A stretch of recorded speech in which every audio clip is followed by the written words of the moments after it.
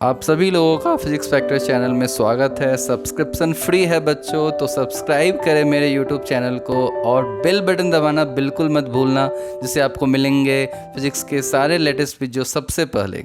Hello दोस्तों, हमारा आज ये 20वां लेक्चर है इलेक्ट्रोस्टैटिक्स 2 का।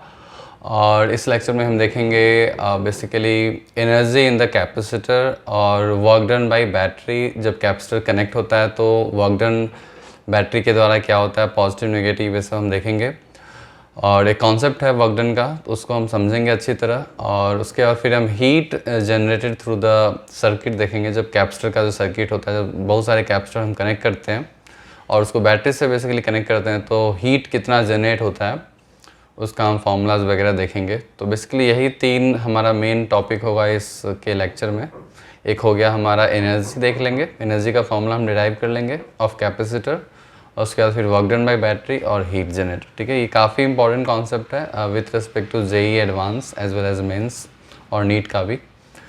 तो इस लेक्चर को आप शुरू से लास्ट तक ज़रूर देखना, that is going to be very important. ठीक है, तो चलिए स्टार्ट करते हैं आज का लेक्चर। तो सबसे पहले समझते हैं energy stored in a capacitor. ठीक है, तो मैं लिख देता हूँ title, energy stored in a capacitor. अब देखो एनर्जी कैसे स्टोर करता है। मैंने बताया था कैपेसिटर एक डिवाइस है जहाँ जो एनर्जी स्टोर करते हैं in form of electric field. और वो एनर्जी आता कहाँ से है? वो एनर्जी बैटरी से आता है। सपोज हमारा ये कैपेसिटर है और इस कैपेसिटर को अभी कुछ भी एनर्जी नहीं है, ये अनचार्ज कैपेसिटर है। जैसे इस कैपेसिटर को मैंने एक बैटरी से कनेक्ट किया, ठीक है, सपोज यहाँ पर स्विच है और मैंने इस कैपेसिटर को बैटरी से कनेक्ट किया। जब मैंने कनेक्ट किया तो यहाँ पे चार्ज डिपॉजिट होने लगता है, चार्ज यहाँ फ्लो होता है और चार्ज डिपॉजिट होने लगता है इस प्लेट पे। और धीरे धीरे ये पॉजिटिव प्लेट, मतलब पॉजिटिव चार्ज हो जाता है ये प्लेट, और राइट वाला प्लेट निगेटिवली चार्ज हो जाता है। ऑब्वियसली इनिशियल चार्ज 0 होगा और फाइनल एक क्यू चार्ज हो जाता है, जो कि आपको पता भी है क्यू की वैल्यू V/C होता है। ठीक है, तो फाइनल चार्ज बेसिकली यहाँ पे VC आता है और यहाँ पे -VC आता है। ये इसका कहानी है।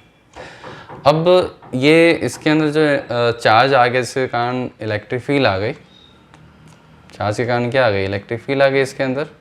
इसको मैं थोड़ा और मैग्नीफाई करके बताऊं तो यहाँ पे चार्ज आ गया और इस चार्ज के द्वारा यहाँ पे इलेक्ट्रिक फील्ड आ गया। और मैंने बताया था electric field is a form of energy.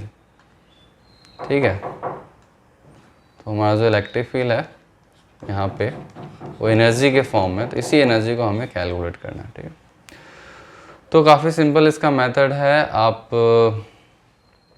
जो पोटेंशियल है, या फिर आप एज्यूम कर लो कि टी टाइम पे यहाँ पे चार्ज क्यू डिपॉजिट हुआ और फिर आप डी क्यू को डिपॉजिट कर रहे हो डी टी टाइम में। ठीक है, डी टी टाइम में डी क्यू चार्ज डिपॉजिट हो रहा है। देखो हम क्या करेंगे कि हम एनर्जी का फॉर्मूला, स्मॉल एनर्जी क्या होगी? V/d/q। ठीक है ना, और V की वैल्यू क्या होगी? Q/c। एट दिस इंस्टेंट पे Q/c ही तो है पोटेंशियल उसके अक्रॉस। और इस पोटेंशियल को यदि हम dq से मल्टीप्लाई कर देंगे तो हमारे पास छोटा सा एनर्जी आ जाएगा। ठीक है, इलेक्ट्रिक फील्ड के फॉर्म में बेसिकली। और इस एनर्जी को हम यदि इंटीग्रेट कर देते हैं 0 टू कैपिटल Q, और कैपिटल Q की वैल्यू मेरे को पता है, तो अब ध्यान से देखो ये हो जाएगा Q/dq/c और इंटीग्रेशन 0 टू Q। तो ये आप इंटीग्रेट करोगे तो Q²/2c आ जाएगा। तो ये हमारा एनर्जी का फॉर्मूला आ गया, एनर्जी इक्वल्स टू Q²/2c। और Q की वैल्यू यदि VC आप यहाँ पे सब्स्टिट्यूट करोगे तो ये हो जाएगा 12CV²। तो इस फॉर्मूला को आप याद कर सकते हो। तो ये हमारा energy stored in a capacitor.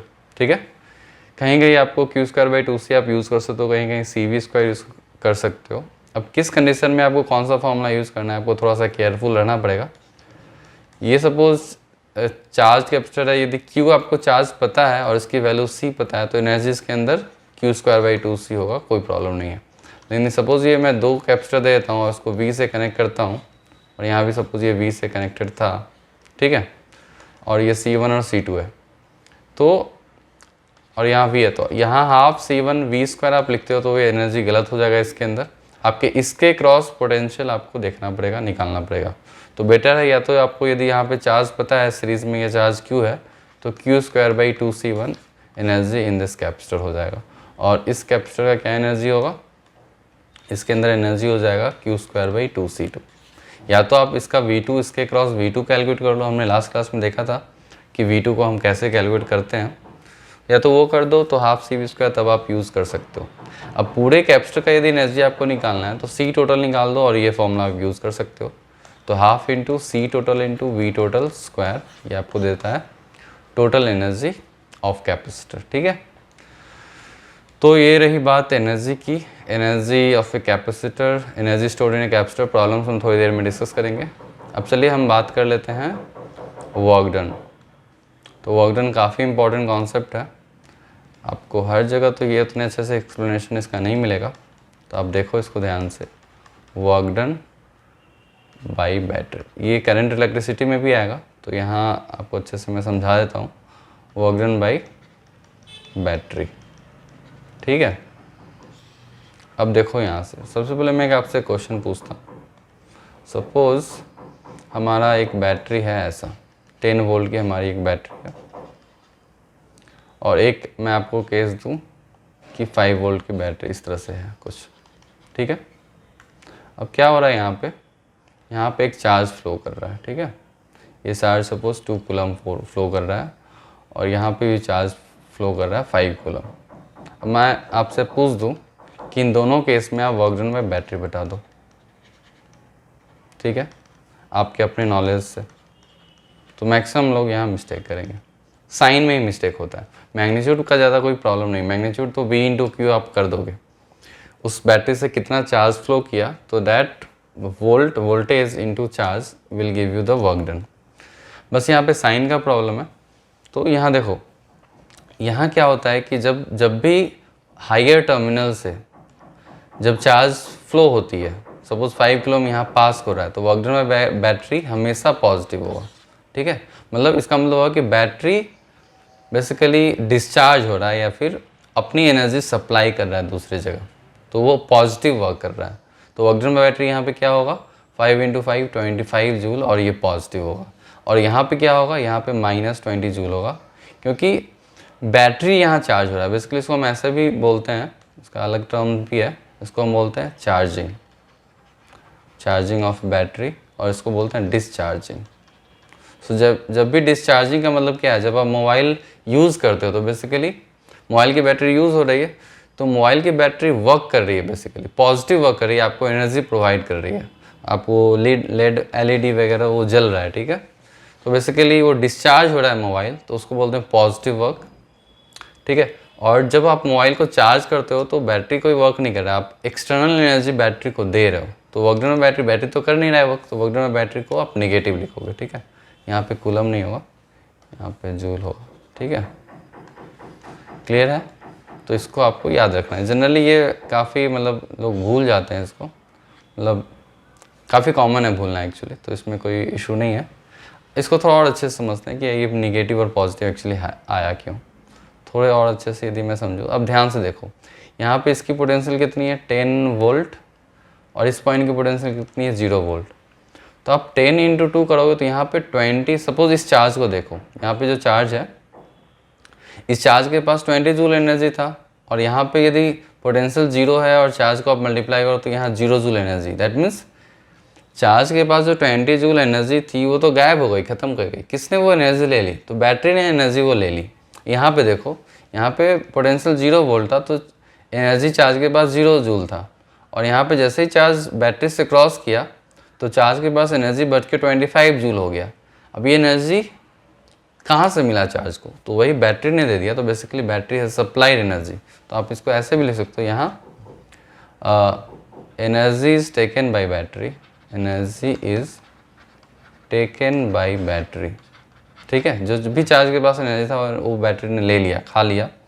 और यहाँ पे क्या बोलोगे, एनर्जी इज गिवन और सप्लाइड बाय बैटरी, गिवन और सप्लाइड बाय बैटरी। ये बाय और टू काफ़ी इंपॉर्टेंट, by battery to battery.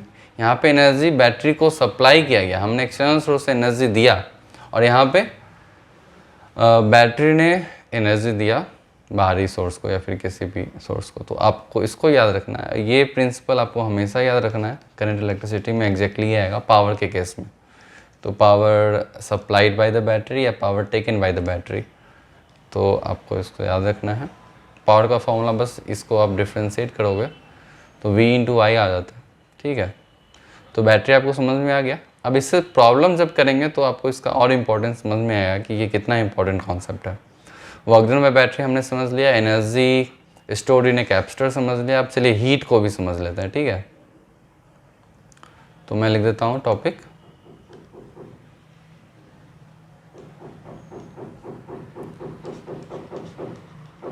Heat. अब देखो हीट जो है, जब भी हम कैपेसिटर को कनेक्ट करते हैं, ठीक है, किसी बैटरी से, तो दिख तो नहीं रहा है रेसिस्टेंस, लेकिन हमेशा हीट जनरेट होता ही है। एक इनविजिबल रेसिस्टेंस रहता है इसके अंदर, वायर के अंदर, जिसके कारण एनर्जी मतलब लॉस्ट होती है। देखो कैसे ये होती है मैं बताता हूँ, आपको पता भी चल जाएगा कि अच्छा ये एनर्जी गया कहाँ से। जैसे आपने कनेक्ट किया तो यहाँ पे चार्ज क्या आ गया, Q equals to we C.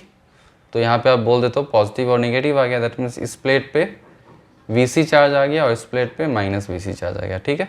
Initially कितना चार्ज था, 0 था, और यहाँ भी 0 था। दैट मीन्स चार्ज कितना बढ़ गया, उस पर Vc चार्ज बढ़ गया, ओके। अब देखो Vc चार्ज बढ़ा हो तो बैटरी से ज़रूर Vc पास किया होगा, ठीक है। तो बैटरी से जब Vc पास किया हो तो कितना वर्क डन बैटरी किया, अभी हमने देखा तो V इंटू वी सी, तो बैटरी ने CV स्क्वायर वर्क किया। CV स्क्वायर एनर्जी बैटरी ने दिया कैपेसिटर को। और कैपेसिटर का जब कैलकुलेट करोगे एनर्जी इन द कैपेसिटर, आपने पढ़ा भी है, या तो Q स्क्वायर बाई 2C कर दो या हाफ CV स्क्वायर कर दो।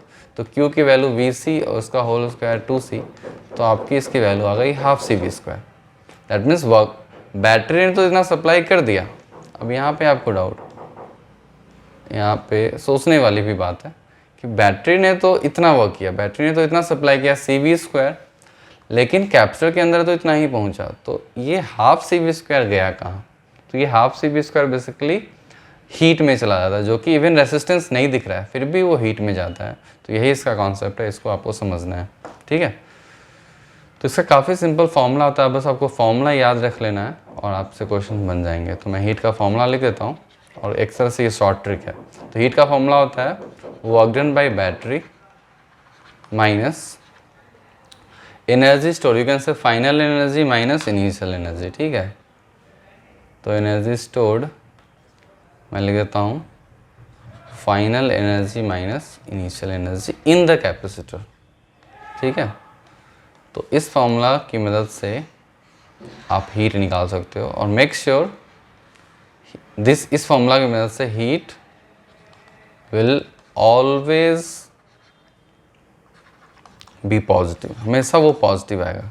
और ऑब्वियस भी है पॉजिटिव आना, जितना बैटरी ने काम किया, जितना उसने प्रोवाइड किया एनर्जी, उसमें से फाइनल कितना एनर्जी हुआ और इनिशियल कितना एनर्जी था, उसको आप सब्ट्रैक्ट कर दोगे। बेसिकली नेट एनर्जी जितना गेन हुआ कैपेसिटर के पास, तो वही तो बचा हीट। बेसिकली बाकी जो भी वेस्ट हुआ वही एक तरह से हीट एनर्जी के फॉर्म में वेस्ट हुआ, ठीक है।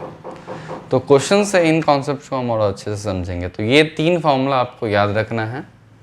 ये पहले वर्क डन बाय बैटरी का कॉन्सेप्ट आपको समझ के रखना है, मतलब कब पॉजिटिव होता है या वर्क डन यहाँ पे निगेटिव होता है। तो ये भी मैं लिख देता हूँ, ठीक है। तो बस ये देखो, जब पॉजिटिव टर्मिनल में जब चार्ज जाए तो आपको क्या जम करना है, वर्क डन निगेटिव हो रहा है। जब पॉजिटिव टर्मिनल से चार्ज निकले, बेसिकली डिस्चार्जिंग टाइप का हुआ, ठीक है, तो वर्क डन पॉजिटिव होता है। तो इसको याद रखना है। और यहाँ पे एनर्जी का formula Q square by 2C half CV square, और हीट का formula work done by battery minus final energy store in a capacitor minus initial energy store in a capacitor, ठीक है। अब इस पे बेस्ड पे बेसिकली हम प्रॉब्लम्स करते हैं, तो चीज़ें और क्लियरिटी आपको बढ़ेगी इस तीनों कॉन्सेप्ट पे, ठीक है।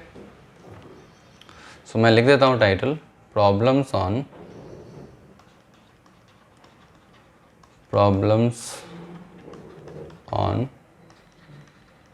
Heat, problems on heat, energy and work, ठीक है। हीट, एनर्जी और वर्क, इस तीनों पे बेसिकली हम अब प्रॉब्लम करेंगे। एनर्जी का यहाँ मतलब है energy store in capacitor, heat का मतलब है कि कितना एनर्जी डिसिपेट हो गया, बर्बाद हो गया, और वर्क का मतलब हो गया कि यहाँ वर्क डन बाय बैटरी। ठीक है, बैटरी यहाँ वर्क करता है। तो चलिए क्वेश्चन नंबर 1 से स्टार्ट करते हैं क्विकली। सो मैं ऑलरेडी वैसे बता ही दिया था, तो आई थिंक एक क्वेश्चन तो मैंने एग्जाम्पल ले ही लिया था, तो चलिए दूसरा क्वेश्चन लेते हैं। तो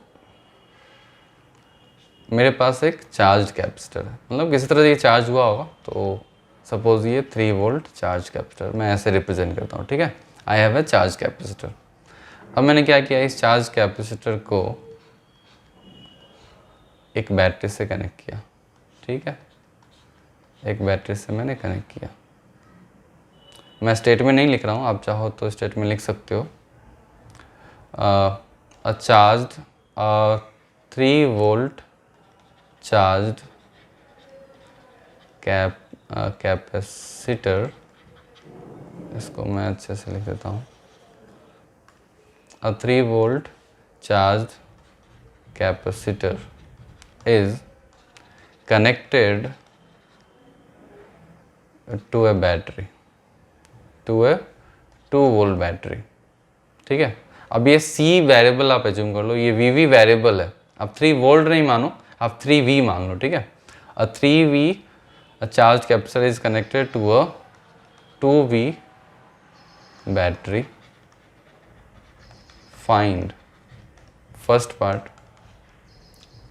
जैसे ही कनेक्ट किया गया, ये हमारा चार्ज कैपेसिटर था, तो क्या हुआ, मैं चार्ज लिख देता हूँ।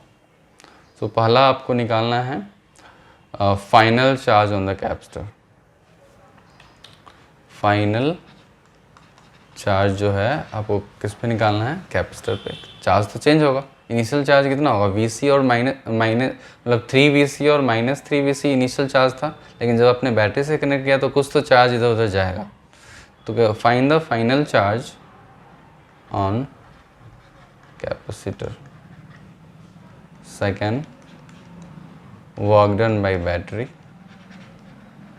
और थर्ड है हीट। ठीक है, ये तीनों चीज़ आपको निकालना है।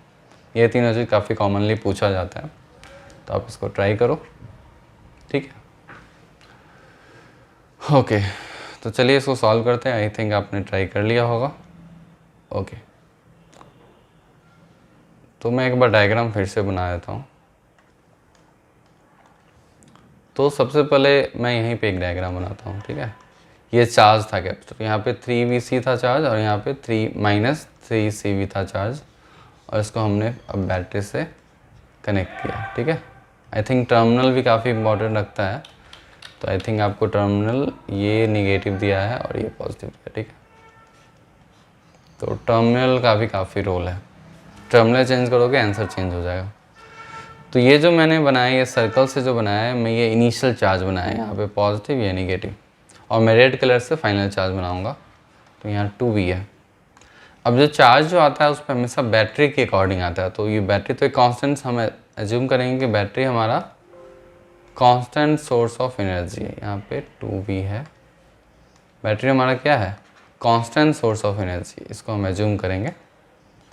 तो मतलब ये जो पॉजिटिव टर्मिनल है, तो इसके द्वारा यहाँ पे पॉजिटिव आएगा ही और यहाँ पे निगेटिव आएगा, और फाइनल चार्ज यहाँ पे वैल्यू आएगी चूँकि C है, तो ये 2CV आएगी और ये -2CV आएगा। ठीक है, ये तो होना ही है फाइनली। तो दैट मीन्स अब इनिशियली ये -3CV था और यहाँ पे अब 2CV आ गया, दैट मीन्स चार्ज तो कुछ फ्लो किया। कितना चार्ज फ्लो किया, 5CV फ्लो करना चाहिए। तो मतलब बैटरी से कितना फ्लो किया, कभी कभी पूछ देते हैं बैटरी से कितना फ्लो किया, तो बैटरी से charge must flow 5CV flow किया होगा। यहाँ भी देख सकते हो 5CV यहाँ से निकालोगे तभी ये -2CV हो पाएगा। ठीक है, तो हमने फाइनल चार्ज निकाल लिया। तो फाइनल चार्ज हमारा फर्स्ट पार्ट आ गया, आंसर आ गया। लेफ्ट प्लेट पे -2CV और राइट प्लेट पे +2CV, ये हमारा फाइनल चार्ज आ गया। ओके, अब चलिए सेकेंड पार्ट सॉल्व करते हैं।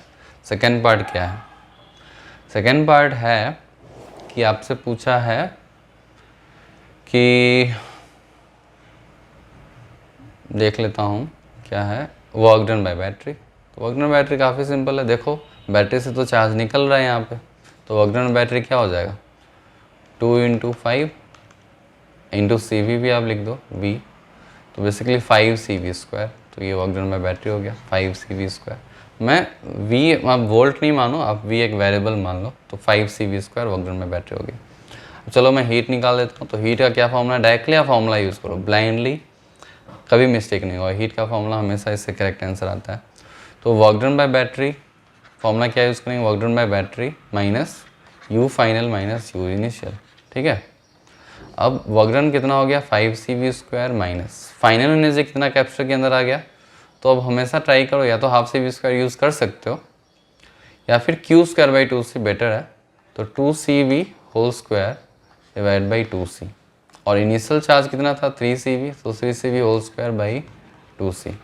अब इसको सिंप्लीफाई कर दो, आपका आंसर आ जाएगा, और ये पॉजिटिव भी आना चाहिए, तो ये आ जाएगा 2CV² और माइनस ये आ जाएगा आपको 9/2, तो 9/2 बेसिकली ये 4.5 CV² हो गया, ठीक है।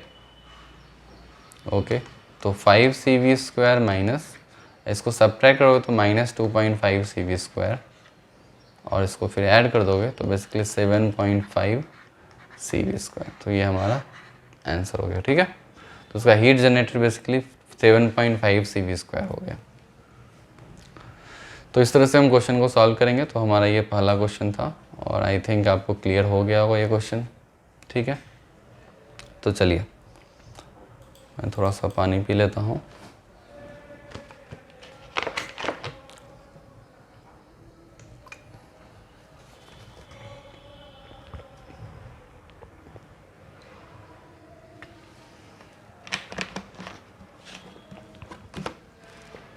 अच्छा, चलिए अब क्वेश्चन नंबर 2 में लेता हूँ। क्वेश्चन नंबर 2, अब बैटरी को नहीं कनेक्ट करते हैं, कैपेसिटर को ही आपस में कनेक्ट करते हैं। तो मैंने क्या लिया, मैंने कैपेसिटर लिया, चार्ज कैपेसिटर, जिसको कि मैंने 10 वोल्ट से चार्ज किया, चार्ज करके फिर बैटरी मैंने निकाल दिया, ठीक है। तो उसमें एनर्जी उतना स्टोर हो जाता है, ठीक है। तो ऐसे ही इसको हम रिप्रेजेंट करते हैं, हमने 10 वोल्ट पे ये कैपेसिटर को चार्ज किया।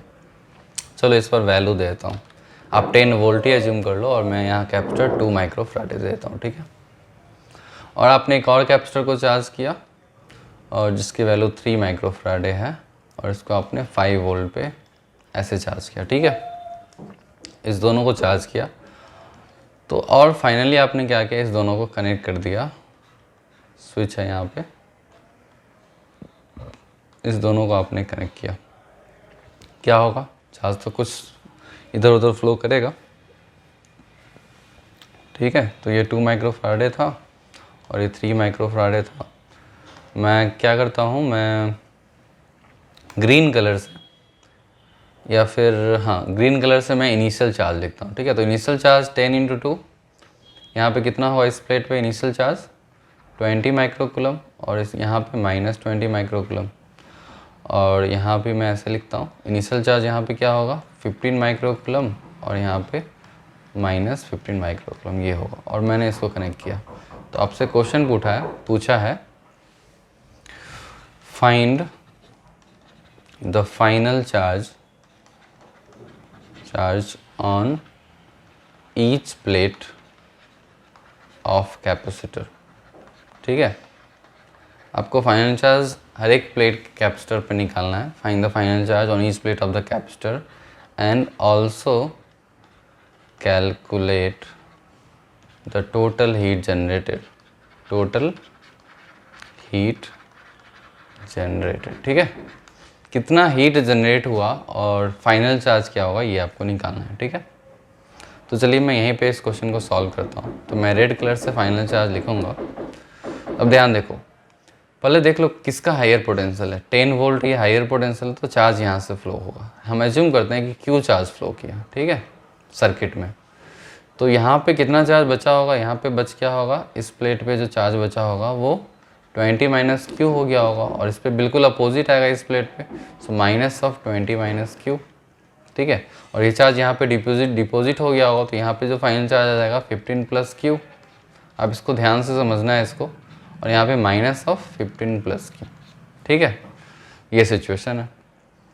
अब यहाँ पे हम KVL लगाएंगे। KVL का होता है किर्चॉफ्स वोल्टेज लॉ, मतलब लूप लॉ लगाएंगे, ठीक है।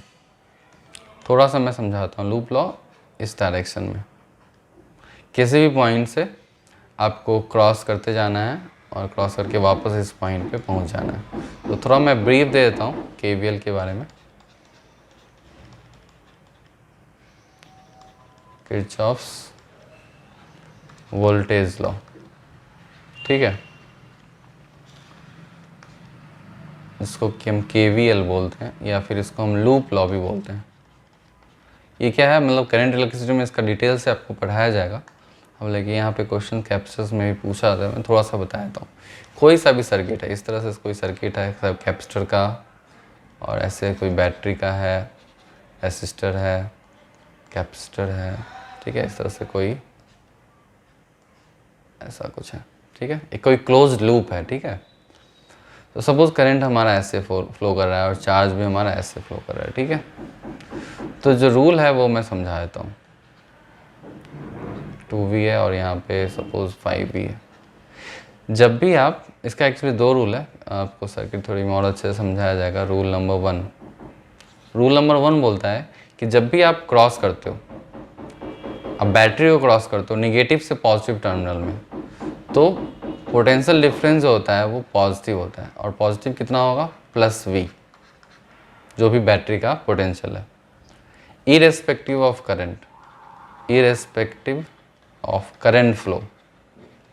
करंट से मतलब नहीं है। जब भी आप सेल को क्रॉस करोगे निगेटिव से पॉजिटिव टर्मिनल में, मतलब निगेटिव टू पॉजिटिव टर्मिनल, ठीक है, तो यहाँ पे पोटेंशियल ड्रॉप +2V का होगा। यहाँ पे आप पॉजिटिव से निगेटिव जंप कर रहे हो तो -5V होगा, ठीक है। तो इसको आपको याद रखना है। लेकिन जब आप रेसिस्टर को क्रॉस करोगे in the direction of current, rule number 2, resistor in the direction of current, in direction of current, तो पोटेंशियल ड्रॉप -IR होगा। आप क्लास 10 में थोड़ा बहुत पढ़े होगे। IR तो पोटेंशियल ड्रॉप होता है, लेकिन -IR आपको होगा। यदि आप अपोजिट डायरेक्शन में, करंट के अपोजिट डायरेक्शन में करते हो तो +IR होगा। इसको याद रखना है। इसको आप चाहो तो नोट कर लो, ठीक है। और कैपेसिटर में भी यदि Q चार्ज फ्लो कर रहा है तो यहाँ ड्रॉप होगा -Q/C, यदि आप चार्ज के डायरेक्शन में जा रहे हो। अपोजिट डायरेक्शन में जाओगे, या फिर आप ऐसे बोलो कि यदि पॉजिटिव से नेगेटिव प्लेट में आप जंप कर रहे हो तो -Q/C होगा। यदि नेगेटिव से पॉजिटिव प्लेट में आप जंप कर रहे हो तो +Q/C। अब जंप क्या होता है, जंप क्यों करते हैं, वो लूप लॉ लगाने में करते हैं। तो लूप लॉ बोलता है कि summation of all the potential difference in the loop is 0, मतलब सारे का पोटेंशियल सम होगा इस पूरे लूप में। तो लूप का आपको एक डायरेक्शन लेना पड़ता है, खुद से एज्यूम कर सकते हो, और फिर किसी भी एक पॉइंट से स्टार्ट कर सकते हो, और पूरा आप सर्किट लिखोगे तो उसका सम 0 होता है। जैसे मैं लिख के यहाँ पे दिखा देता हूँ रेड कलर से। मैं सपोज यहाँ से स्टार्ट करूँ, आप कहीं से भी स्टार्ट कर सकते हो। तो यहाँ पे -IR लिखूँगा क्योंकि मैं करंट के डायरेक्शन, और करंट का डायरेक्शन आपने एज्यूम करना है। आपने सपोज ऐसा एज्यूम कर लिया तो इसके अकॉर्डिंग ही आपको लूप लॉ लिखना है। आपने अपोजिट एज्यूम किया तो उसके अकॉर्डिंग लूप लॉ आपको लिखना है।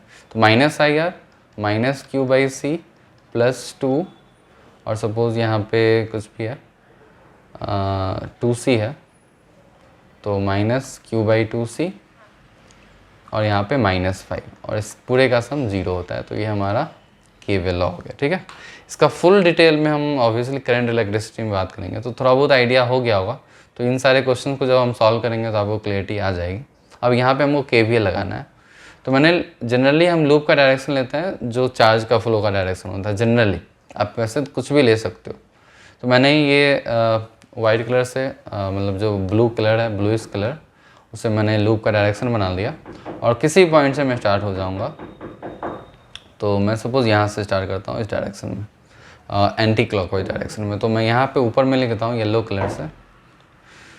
तो अब देखो मैं यहाँ पे, ये तो पॉजिटिव चार्ज है 15 + Q, तो ये पॉजिटिव नेगेटिव मैं जंप कर रहा हूँ, तो मैं क्या लिखूँगा -15 + Q/C। C की वैल्यू 3 है, ठीक है। अब यहाँ पे निगेटिव से पॉजिटिव क्रॉस कर रहा हूँ तो मेरे को प्लस लिखना पड़ेगा, और चार्ज हमेशा पॉजिटिव प्लेट का लिखते हैं। प्लस पॉजिटिव प्लेट का कितना चार्ज है 20 - Q, और बाई 2, और इसको फिर 0 के इक्वेट करना है, तो आपको उसको याद रखना है।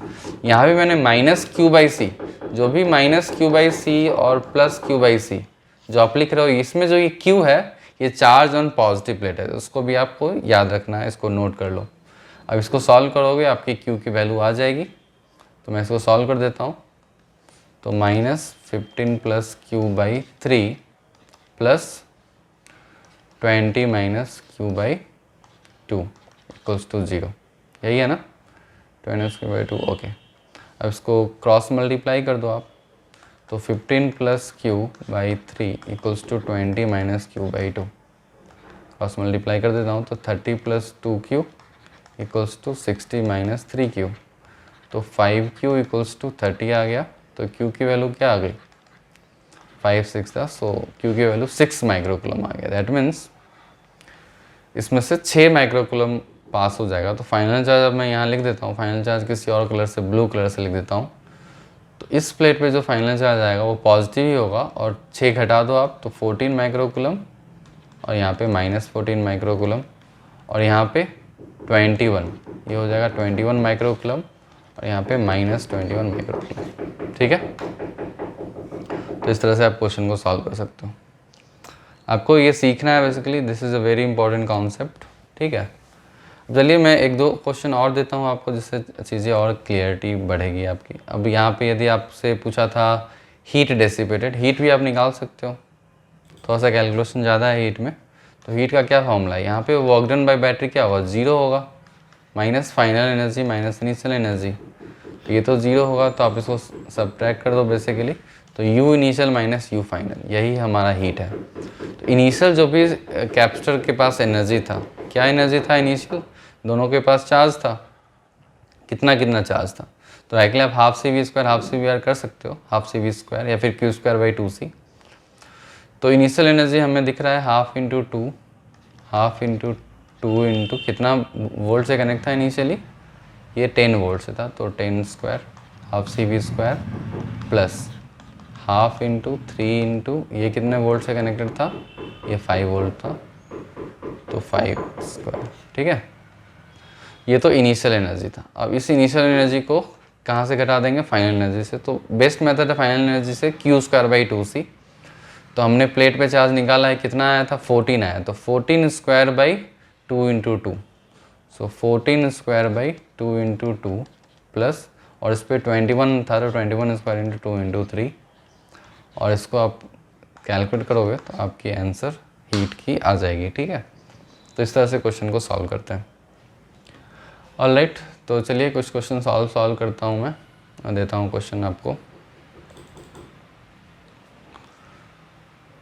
तो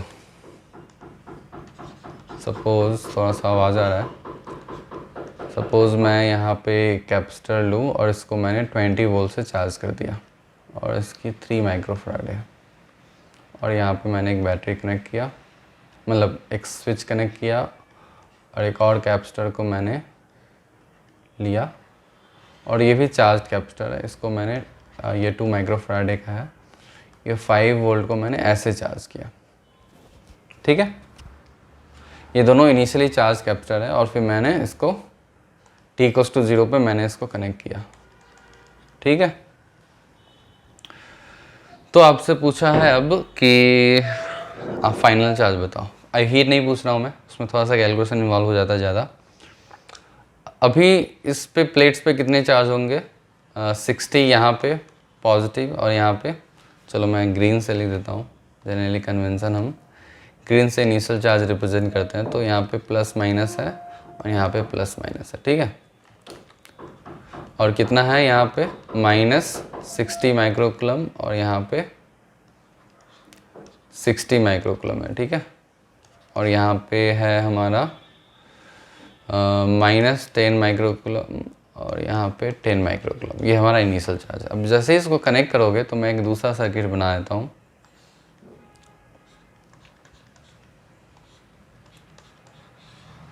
तो कौन सा हायर पोटेंशियल, ये हायर पोटेंशियल है, तो चार्ज कैसे फ्लो करेगा, चार्ज हमारा ऐसे फ्लो करेगा।